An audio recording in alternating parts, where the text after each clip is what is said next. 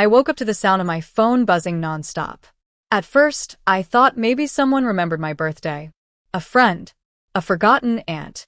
A message that said something like, "Hope today feels special." Instead, it was from Dad. "Sold your laptop. Your brother needs an iPhone. Be grateful we feed you." My name is Rachel, and from wherever you're watching this, stay with me. Because on my birthday, I didn't get a cake. I didn't get a hug. I got stolen from, again. And this time, they had no idea who they were messing with. There was no happy birthday anywhere in the message. Just that brutal sentence, as if the device I worked so hard to afford, my scholarship workhorse, my freedom machine, was something they could pluck away without a second thought. I stared at the screen in stunned silence. Then came the follow-up. Also, you'll pay his college fees for $1,300 by Friday. No explanation. No request. Just an order. The way you'd speak to someone you own. I sat up in bed, the covers still tangled around my legs, and for the first time in years, I felt nothing. Not shock. Not even sadness. Just an eerie, clean kind of silence in my chest. It had happened again. All my life, I'd been second to my brother. When I got into honors classes, they shrugged. When he passed gym class, they threw him a party. When I brought home a laptop, when I bought from tutoring money and part-time shifts at the diner, they said, "Finally, you're starting to contribute." When he wanted the newest iPhone, they sold my contribution. I replied with 2 words. No chance. 10 seconds later, my screen lit up again. Then get out. You're cut off. Just like that. No discussion. No remorse. Just exile for refusing to fund the favorite child. I stood slowly, packed quietly. I didn't yell. I didn't cry. I'd seen this coming. I'd been preparing just in case. But they didn't know that. To them, I was still the obedient girl who took the abuse quietly and stayed grateful for the scraps. They didn't know that for the past few months, I'd been moving my savings to a private account. That I'd changed the password to the tuition portal. That I had already arranged housing through a scholarship mentor, just in case. They didn't know what was coming. But they would. I walked into the kitchen. No one was home. Just a sink full of dishes and a "Happy Birthday, Jason" banner from last year still curled above the window. I sat at the table. Took out the manila envelope I had labeled 3 weeks ago. If they ever kick me out. Inside. Printed financial statements. Withdrawal records. My statement revoking responsibility for my brother's tuition. A copy of the email I'd sent to his university the night before. And a letter. A short one. "You didn't raise me. You just drained me. This account is now empty. So am I of apologies." I placed it in the center of the table. Then I left. No slamming doors. No dramatic music. Just the quiet click of the front door behind me and the cold air of freedom hitting my face for the first time in years. The next morning, I heard everything. My brother was panicking. My mom was screaming. And my dad? He was calling every number he could. I was 10 the first time my parents took something that was mine and handed it to my brother like it had always belonged to him. It was a blue digital camera I'd won in a school raffle, my first real prize. I'd kept it in a shoebox under my bed, taking pictures of flowers, old family albums, anything that made me feel like I could freeze a moment in time before it disappeared. One afternoon, it was gone. I searched everywhere. Asked my mom. She didn't even look up from her phone. "Oh, that? We gave it to your brother. He needed something for his school project. Be grateful it's being used." Be grateful. That was her favorite phrase. Be grateful we feed you. Be grateful you have a roof. Be grateful he's your brother. It wasn't gratitude she wanted. It was silence. They called it parenting. I called it piracy. By the time I was 12, I knew better than to label anything in the fridge mine. My leftovers? Gone. Birthday gifts? Recycled for my brother's needs. Allowance? Only if I reminded them, and even then I had to split it. He got birthday parties, driving lessons, new shoes just because he liked the color. I got his hand-me-downs and a pat on the back if I didn't complain too loudly. The worst part? He didn't even want most of it. He was lazy, sure. Entitled, absolutely. But I saw it in his eyes sometimes, a flicker of guilt, or maybe discomfort, when my dad handed him something with the words, "We took this from Rachel for you." But he never said no. And that made him complicit. In middle school, when I won the science fair, they left early to catch my brother's basketball game, even though he didn't play that night. Just sat on the bench.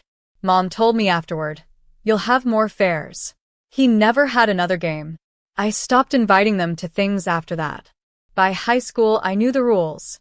Work quietly. Succeed silently. Fund your own future. And most of all, never outshine your brother. Even when I got accepted into a college prep program, they didn't ask what I'd need. They just asked if my brother could get in too. He couldn't. But that didn't stop them from asking me to tutor him through high school. I did. I even helped him write his college essay. Then last year, he failed 2 classes and lost his scholarship. Who did they call? Me. Not to talk. Not to explain. Just to pay. "Your brother needs to stay in school," Dad said. "We all have to make sacrifices." I asked him, "When has he sacrificed anything?" He said nothing, because he couldn't name a single thing. It wasn't just that I was invisible. I was useful. The scapegoat. The backup plan. The disposable daughter they could harvest for convenience and discard the moment I said no. So when they sold my laptop, it wasn't just theft. It was the final slap. "Happy birthday, Rachel. You're still the supply room." But they forgot one thing. I'd stopped stocking the shelves. They thought I'd just swallow it. The sold laptop. The $4,300 demand. The birthday text that didn't even say my name. They thought I'd rage for a moment, cry into my pillow, then hand over the money and say, "It's fine. I understand." They didn't realize I'd stopped understanding a long time ago. Truth is, I'd been preparing for this. Months ago, after they borrowed $800 from my bank account without asking, again, something snapped. Not loudly. Quietly. The kind of snap you don't hear until the door behind you is already locked. That night, I opened a new bank account under my name only.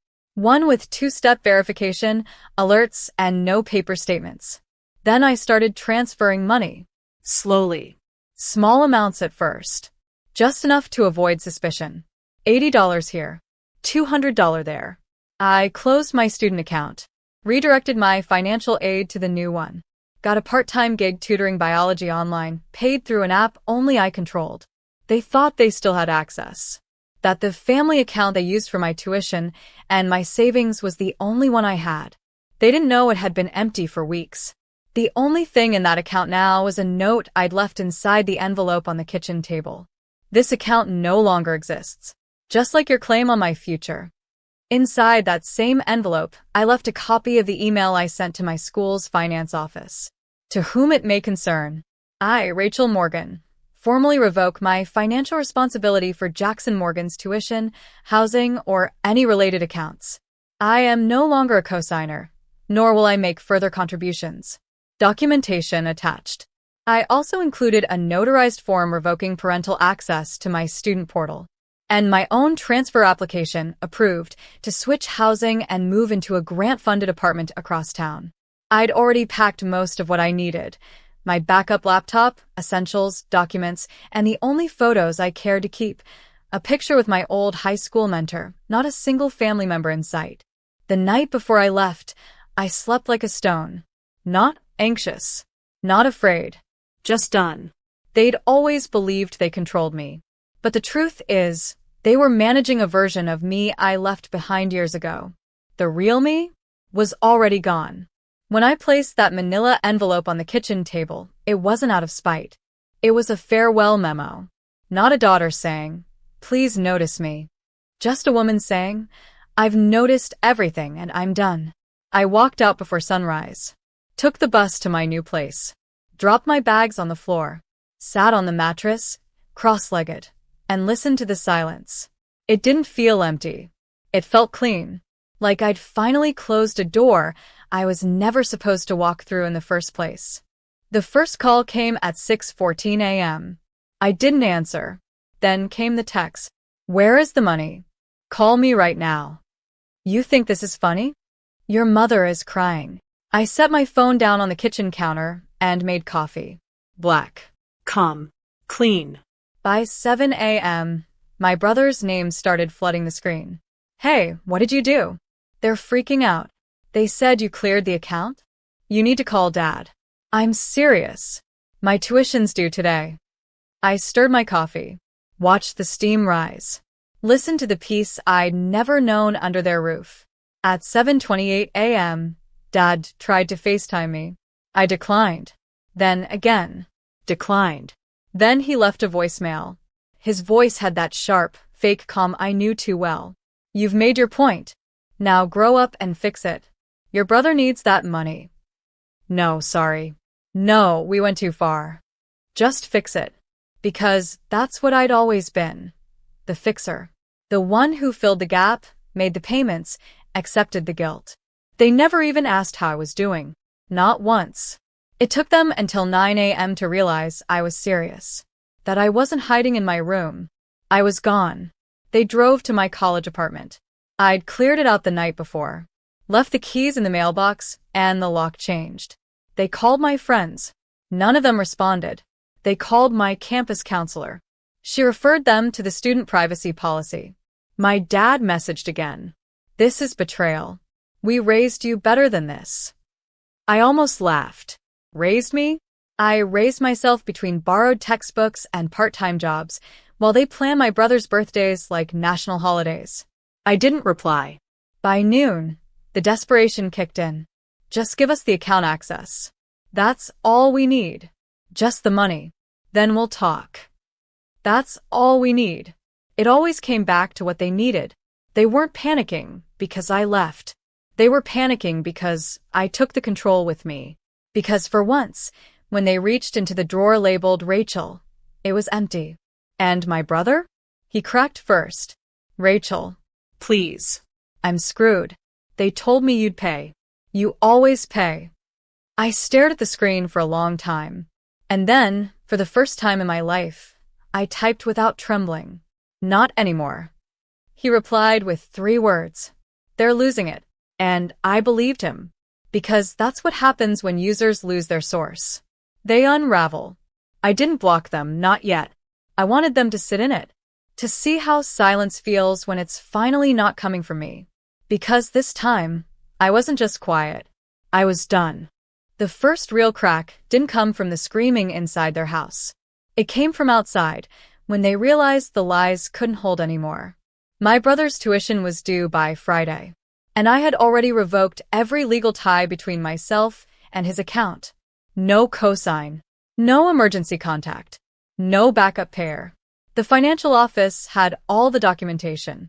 I confirmed 3 times. So when the payment bounced, it wasn't a glitch. It wasn't a delay. It was deliberate. By Monday morning, he was removed from his dorm assignment. By Tuesday, a notice was posted on his student portal. Payment required to reinstate enrollment. He didn't post anything publicly, not yet. But word spread fast. The boy whose parents bragged about his bright future, whose sister always handled the details, suddenly wasn't enrolled anymore. And I hadn't said a word. Not one. But silence, as I've learned, makes noise when people are used to your compliance. On Wednesday, he finally snapped. He posted a blurry Instagram story of a coffee shop table, a textbook, and a bitter caption. Family will pretend to support you, until they don't. Then another. Abandonment is real. Especially from the ones who owe you everything. Oh. The girl who lent him her textbooks, edited his essays, taught him how to balance a budget. I owed him? I didn't respond. But I wasn't the only one watching. My old high school English teacher, Mrs. Langford, commented on the post. She'd always been sharp, Kind. and fearless when it came to calling out nonsense. Funny how the kid who earned everything got pushed out. And now you're calling it abandonment. Her comment stayed up for 10 minutes before he deleted the story. But it was too late. People started asking questions. A friend of mine from campus messaged me privately. Hey, didn't you used to do everything for your brother? He's posting like you just ghosted him. Sounds fake as hell. Another sent a screenshot of my dad's old Facebook post. bragging about how his daughter was handling her brother's education like a second mother. That was a year ago. Now? They were calling me ungrateful, but the receipts didn't lie. I had documents, emails, screenshots of transfers, proof of every dollar they ever pulled from me. And even though I hadn't posted anything, my absence was speaking louder than any post could. Because when someone always shows up and then suddenly stops, people notice. My mom tried calling again that night, left a voicemail, soft, sweet, manipulative. "You've made your point, sweetheart. Just come back. We'll talk it through. Your family." But I knew better, because they didn't miss me. They missed the function I served. And now that the lie was collapsing, the golden child image, the perfect family act, they wanted their scapegoat back. To carry it. To fix it. To clean it. Not this time. This time, the glass house cracked, and I wasn't holding the broom. By now, they'd read the envelope. I knew because my brother texted me. Was that letter necessary? Yes, it was. And not for them, for me. That envelope wasn't an act of revenge. It was a record, a receipt, a memorial to a daughterhood no one protected. Inside, beneath the banking documents and tuition disclaimers, was a single sheet of paper. Lined. Folded. Ink smudged at the corner. A letter that read, "To whoever still believes they own me. You didn't raise me. You used me. You used my time, my energy, my silence. You turned my hard work into a resource for someone who didn't care about anything but the next thing he could get without earning it. You gave him everything. You took everything from me. And when I asked for something small like being allowed to keep what I paid for, you told me to be grateful you feed me. So, let's clear it up. I fed myself. When I worked shifts while studying. When I taught myself how to budget because no one else did.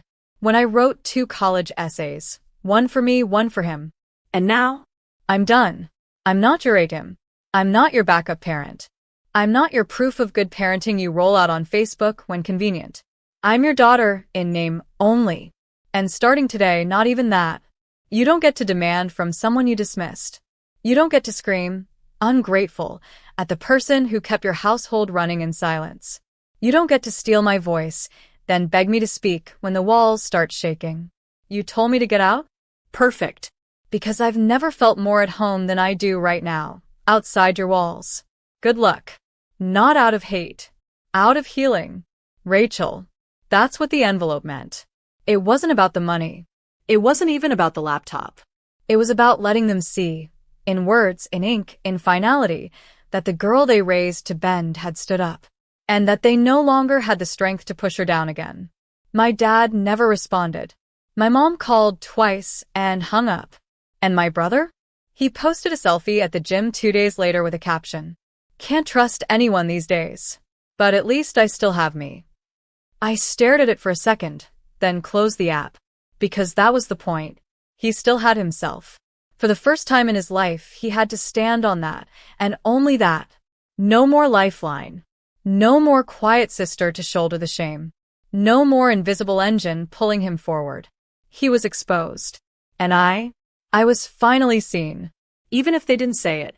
Even if they never would. Because when you leave the truth on a table, sometimes the loudest sound in the house is the silence that follows. I didn't run away.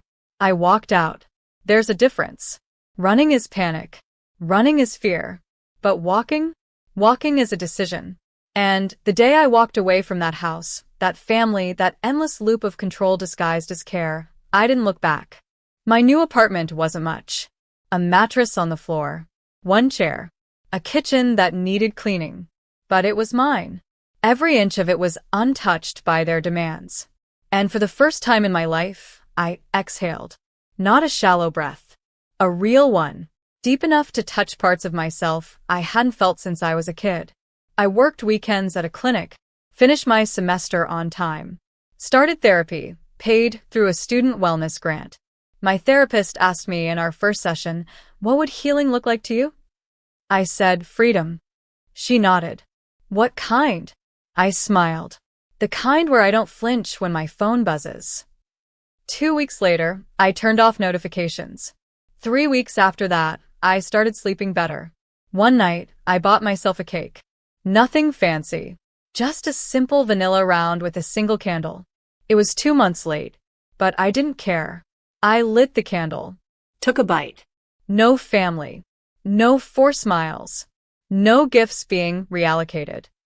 Just me and my birthday, the real one.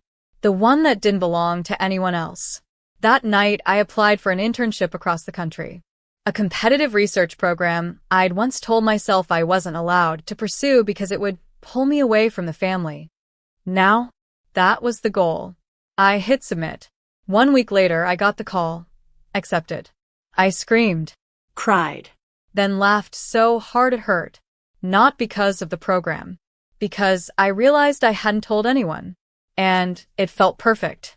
I wasn't doing this to prove anything. I wasn't chasing applause. I was finally building a life that wasn't about anyone but me. The next morning, I got a letter from one of my old professors, a woman who always pulled me aside and said, "You're stronger than you think." She wrote, "Rachel, you were never the lost one. You were just stuck in a house that never saw the map you were holding." I pinned that letter to my wall, right above the desk where I planned my new future. New city, new role, new version of me. Not the fixer, not the scapegoat, not the sister expected to sacrifice everything for a boy who never had to say thank you. I was no longer the girl who stayed. I was the woman who left.